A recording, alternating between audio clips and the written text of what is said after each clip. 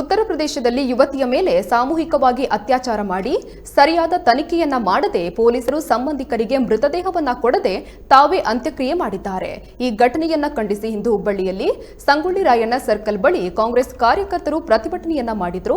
ಇನ್ನು ರಾಷ್ಟ್ರೀಯ ಕಾಂಗ್ರೆಸ್ನ ಮಾಜಿ ಅಧ್ಯಕ್ಷ ರಾಹುಲ್ ಗಾಂಧಿ ಈ ವಿಷಯ ತಿಳಿದು ಘಟನೆ ನಡೆದ ಸ್ಥಳದತ್ತ ಹೋಗುವಾಗ ಪೊಲೀಸರು ತಡೆದು ಬಂಧಿಸಿದ್ದನ್ನ ಖಂಡಿಸಿ ಹುಬ್ಬಳ್ಳಿಯಲ್ಲಿ ಕಾಂಗ್ರೆಸ್ ವತಿಯಿಂದ ಪ್ರತಿಭಟನೆ ಮಾಡಲಾಯಿತು. ಇನ್ನು ಈ ಸಂದರ್ಭದಲ್ಲಿ ಪೊಲೀಸರು ಹಾಗೂ ಪ್ರತಿಭಟನಾಕಾರರ ನಡುವೆ ಮಾತಿನ ಚಕಮಕಿ ಕೂಡ ನಡೆಯಿತು.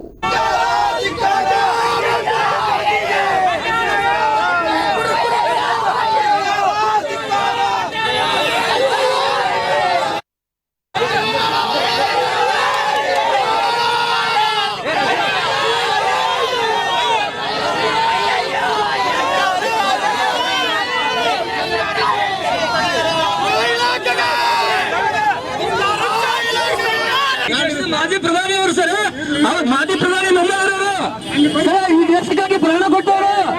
ಗಾಂಧಿ ಕುಟುಂಬದ ಮೊಮ್ಮಗರು ಇರ್ಲಿ, ಒಂದು 10 ನಿಮಿಷ ಗೊತ್ತಾಗಲಿ ಜನರಿಗೆ. ಎದಕ್ ಮಾಡಾಗುತ್ತೆ ಒಂದು ಅರೆಸ್ಟ್